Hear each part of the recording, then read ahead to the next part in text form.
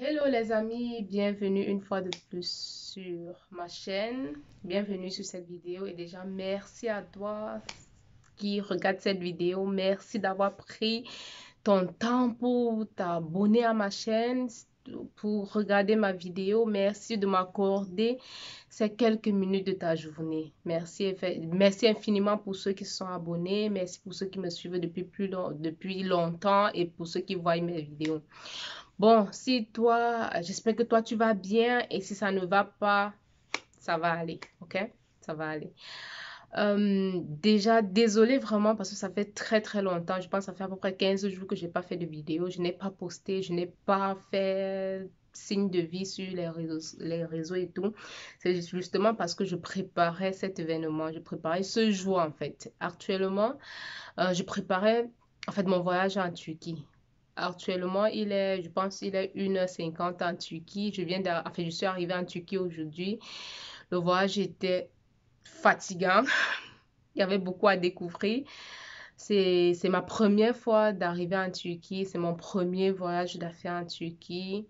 J'avoue, c'était comme une aventure parce que vous imaginez un peu, vous allez dans un pays où vous ne connaissez pas la langue. La seule langue euh, de communication que vous connaissez, c'est l'anglais. Et j'avoue que vous ne rencontrez pas toujours les personnes qui comprennent l'anglais. Et même, bon, dans mon cas, par exemple, mon anglais n'est pas très bon, vous voyez.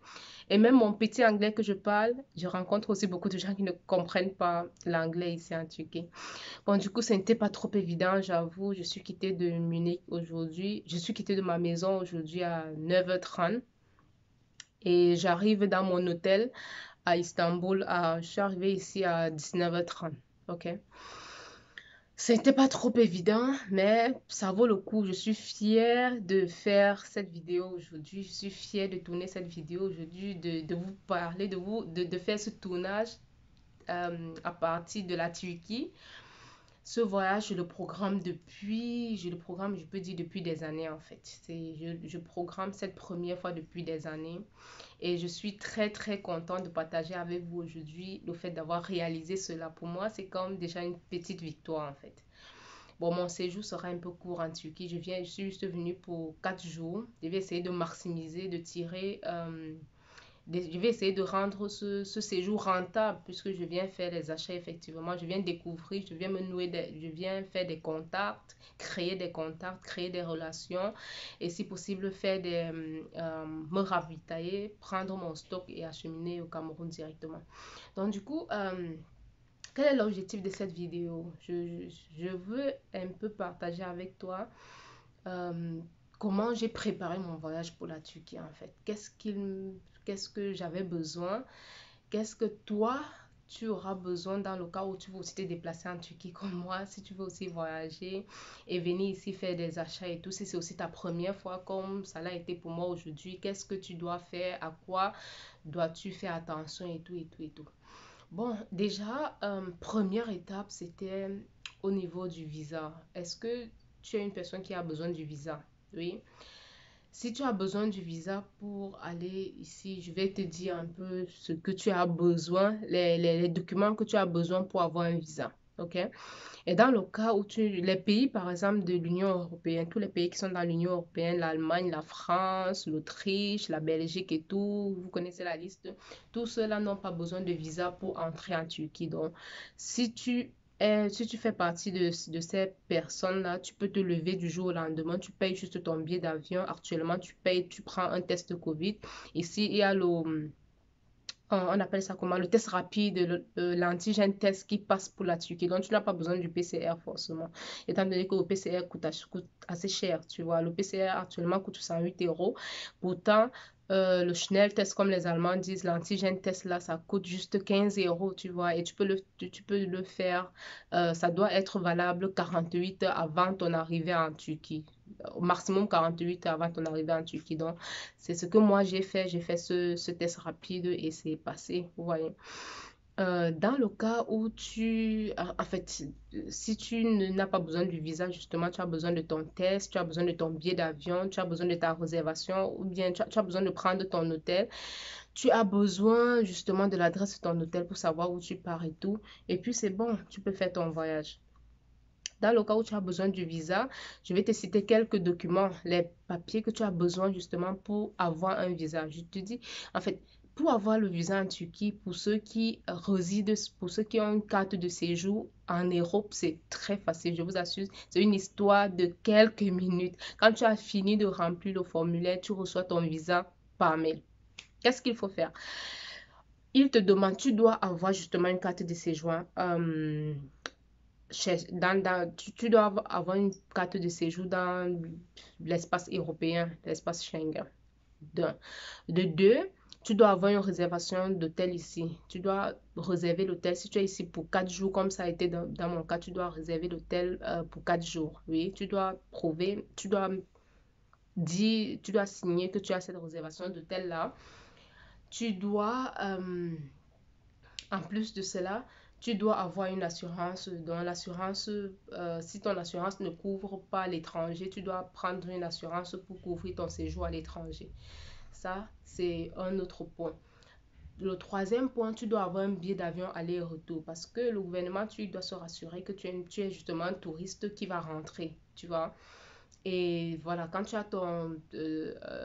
as ça, c'est bon. Et c'est en fait tous les documents que tu as besoin. En dehors de ça, quand tu as tous ces documents-là, ce que tu fais, c'est qu'il y a un site sur le net où tu vas aller demander ce qu'on appelle le Electronic Visum, le e-visa en fait. Donc tu pars sur ce site-là, tu coches juste que j'ai tel document, j'ai tel document, j'ai tel document, j'ai tel document. Et les frais de visa, c'est 60 $. Donc, tu vis les frais de visa là et en quelques minutes, tu reçois ton visa par mail. Donc, tu reçois ce e-visa là par mail, tu vois. Tu gardes juste ce e-visa, tu gardes l'assurance que tu as, tu gardes le test de Covid que tu as fait. Tu as ton passeport, très important. Tu as ton passeport sur toi, tu as ta carte de séjour sur toi parce que tu dois absolument voyager avec ça. Quand tu as fait tous ces documents, c'est bon, tu peux faire tes valises. Et maintenant, le jour de ton voyage, je vous assure, il y a tellement de contrôle au niveau de l'aéroport. Vous voyez, il faut prévoir énormément de temps. Comme je vous dis, mon vol aujourd'hui était à 13 h à partir de Munich.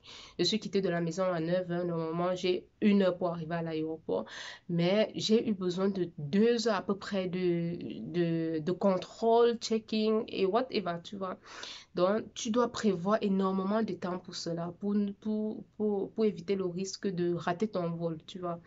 Donc, quand tu as fini de faire tous ces documents-là, tu prends la route, tu pars à l'aéroport, tu dois présenter tu dois présenter ton visa. Presque à chaque contrôle, tu dois présenter ton visa, ton passeport, ta carte de séjour et ton test Covid.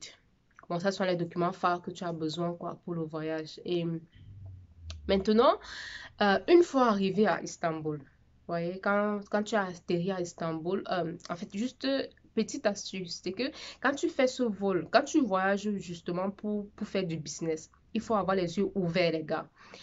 Quand tu voyages, par exemple, quand tu prends Turkish Airlines, ça veut dire que tu pars en Turquie. Si tu envisages faire le business avec les gars de la Turquie, ça veut dire que tu peux rencontrer les potentiels partenaires dans l'avion. Moi, c'est par exemple mon cas. Quand tu entres dans l'avion, les Turcs sont tellement sympas, en fait.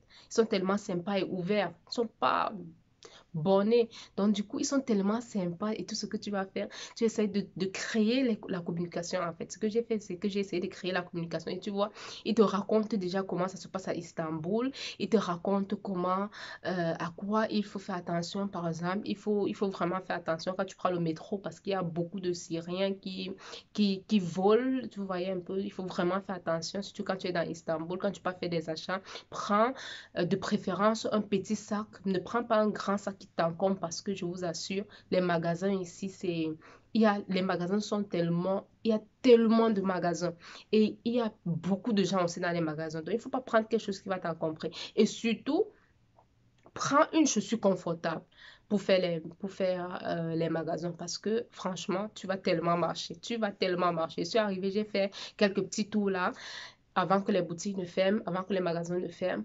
Et en fait, je pense que je vais me régaler dans les jours à venir, quoi.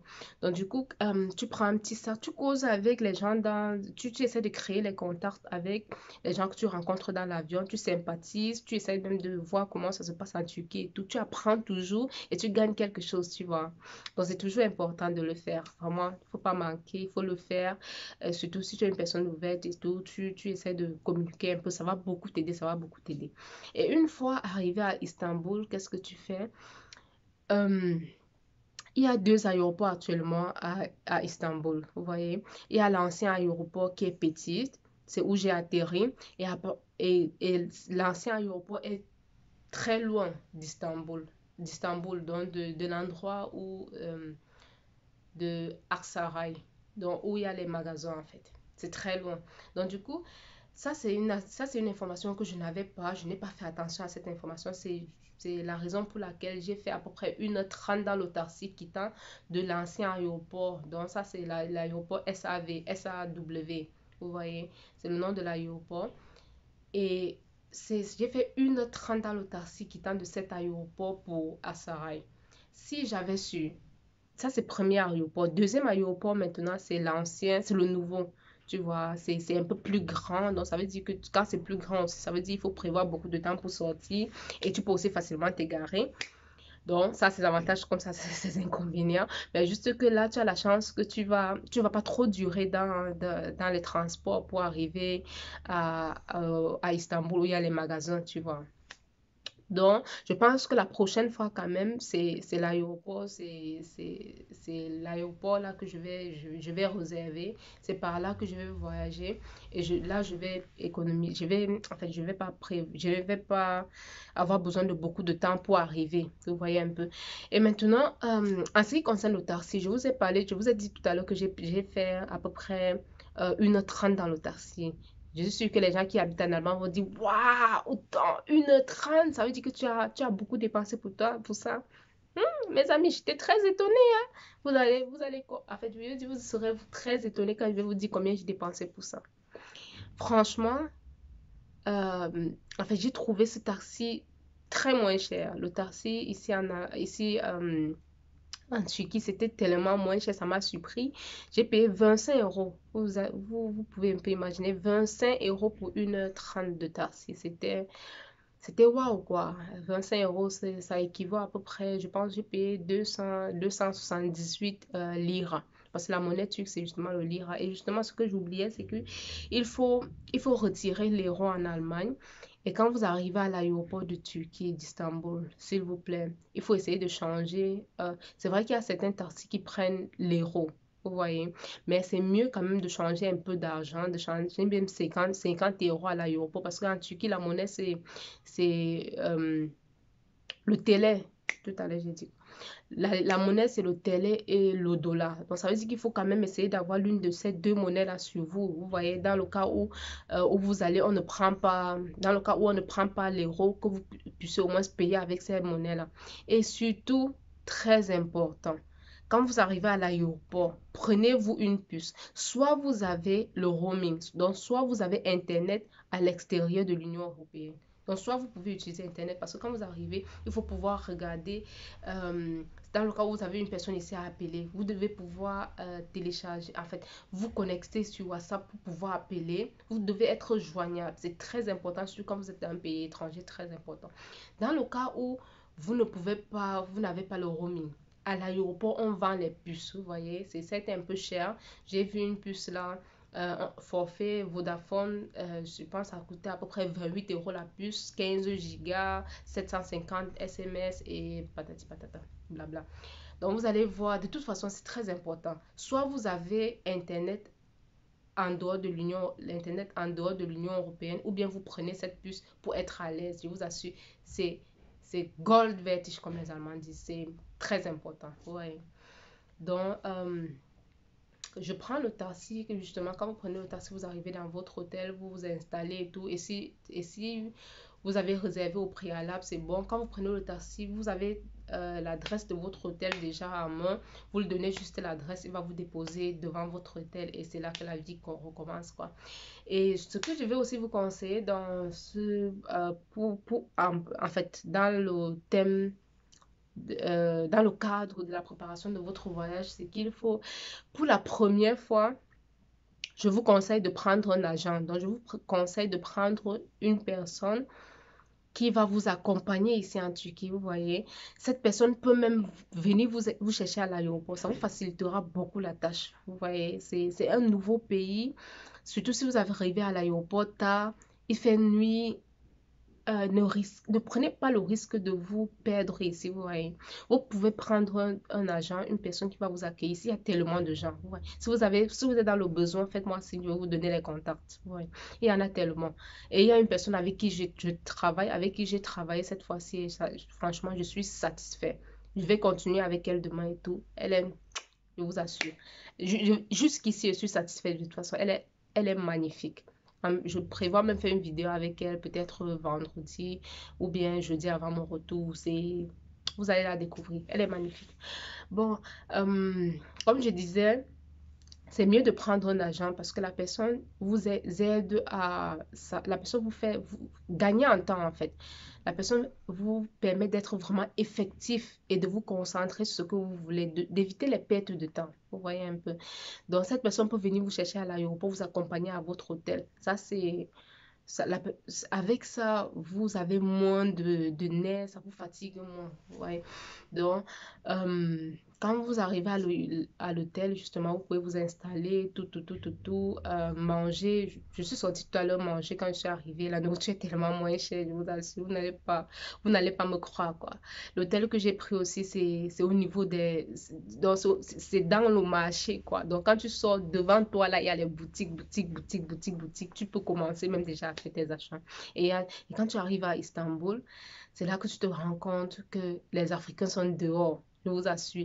Quand tu es chez toi, là, tu te couches, tu dors, tu ne sais pas que les gens sont au front, man. Les Africains sont dehors. J'ai vu, quand je suis arrivée là en bas, il y a une dame qui est arrivée. Je pense qu'elle a emballé à peu près 6 sacs, 6 gros sacs. Tu sais que elle est venue faire ses achats, quoi. C'est plein, mais l'hôtel que j'ai pris, apparemment, c'est l'hôtel des marchands, quoi. Donc, du coup, les gars emballent. Je vous assure, j'ai dit les gars emballent, je vous assure. C'est plein.